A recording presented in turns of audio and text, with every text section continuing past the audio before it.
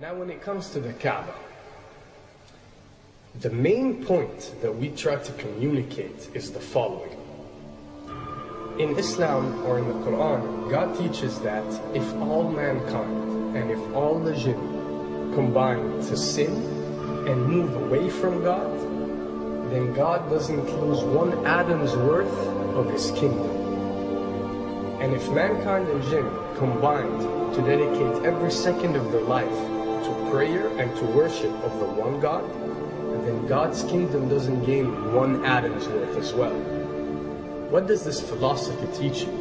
It teaches you that God is not in need of you, or your practices, or your worships, or your prayers. You are in need of these practices and these worships. You are in need of God and not the other way around. If you can understand that philosophy, then you can appreciate prayers and what they are meant to do, which is basically enlighten you. So when dealing, for example, with the Kaaba, Muslims are required to go and perform Hajj one time in their life, and it's one of the 5 pillars of Islam. Growing up, most Muslims accept this, and most of them do it without questioning, and this is the essence of belief, and this is great.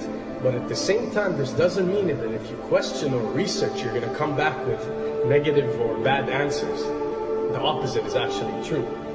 So when we started researching into the esoteric agendas and we started researching the elite, we found out how much certain type of practices and rituals can affect your lives.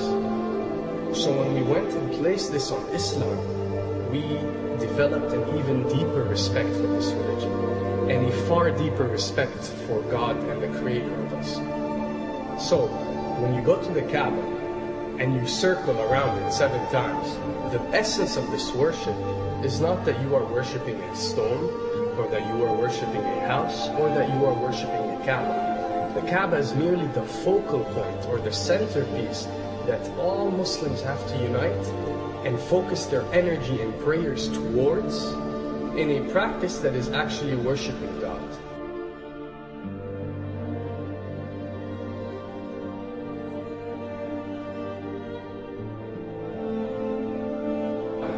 Now, going in circles counterclockwise does not break you away from time and space. But the fact that the energy of the Kaaba is the strongest energy on earth and it flows counterclockwise, by you flowing in correlation with this energy, you are uplifting yourself. You are reaching spiritual levels that you rarely do experience anywhere else on earth. And the fact that you got to do it 7 times, and we are taught that there are 7 skies, or 7 samawat, or 7 spiritual planes, then one can discover that each circle breaks you through a spiritual plane spiritually, so you can reach the ultimate state of wisdom and spirituality. Does this mean that only Muslims can reach this level? Does this mean that if you're not Muslim, you give up or you reject this information? Not at all.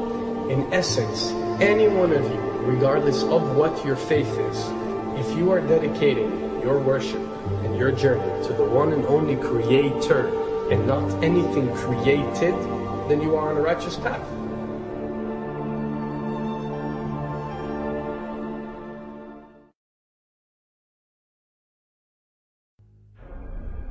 To begin with, the significance of 911. What you have to understand, and what we are trying to explain, is that when dealing with extra dimensions, or when dealing with beings from extra dimensions like jinn, for example, or when dealing with the Illuminati, or the elite, or people that follow a certain type of esoteric agendas, although me and you communicate through words and letters, they have chosen a different type of language. And this is a cross-boundary type of language. This is a language that goes across the boundaries, understood by all. And this is the language of numbers and shapes. And this is why whenever you do research about these groups, you'll find out that they practice something called sacred numerology and sacred geometry.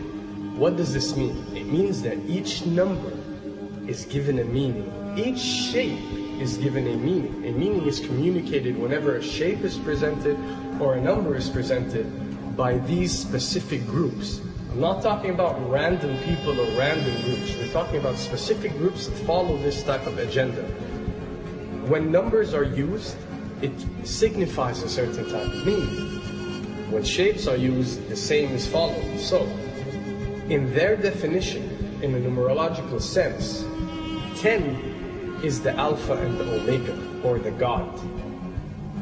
11 is a step above God. 101 is a step above God. 911 or 911 is the skipping of God. It is the ultimate challenge.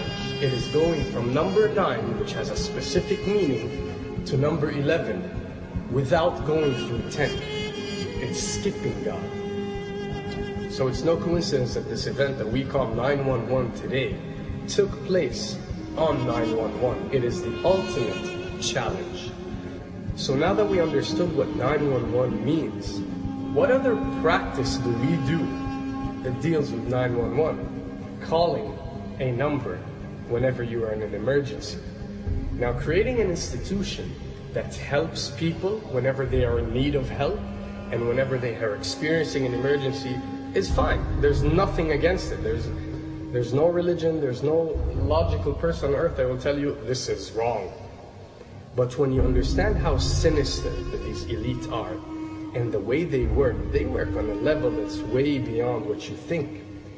So the fact that when you're experiencing an emergency or when you are in need of help, you have to pick up a phone and dial 911, which is the ultimate numerological definition of skipping God, then you'll understand how these people work.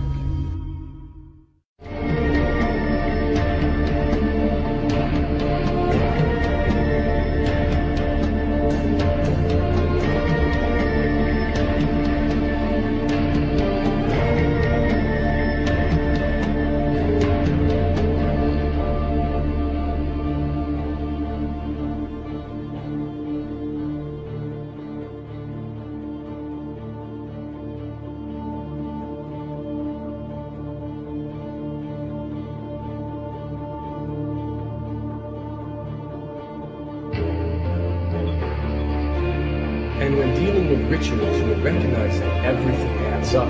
For something to be a ritual, everything has to be in place, everything has to be perfect. And my advice is, if you want to recognize that something is satanic, it has to add up in all sense. The numbers have to add up, the shapes have to add up, the event has to add up, it has to have one general meaning. The pieces of the puzzle fit perfectly. That's when you recognize when something is ritualistic or satanic.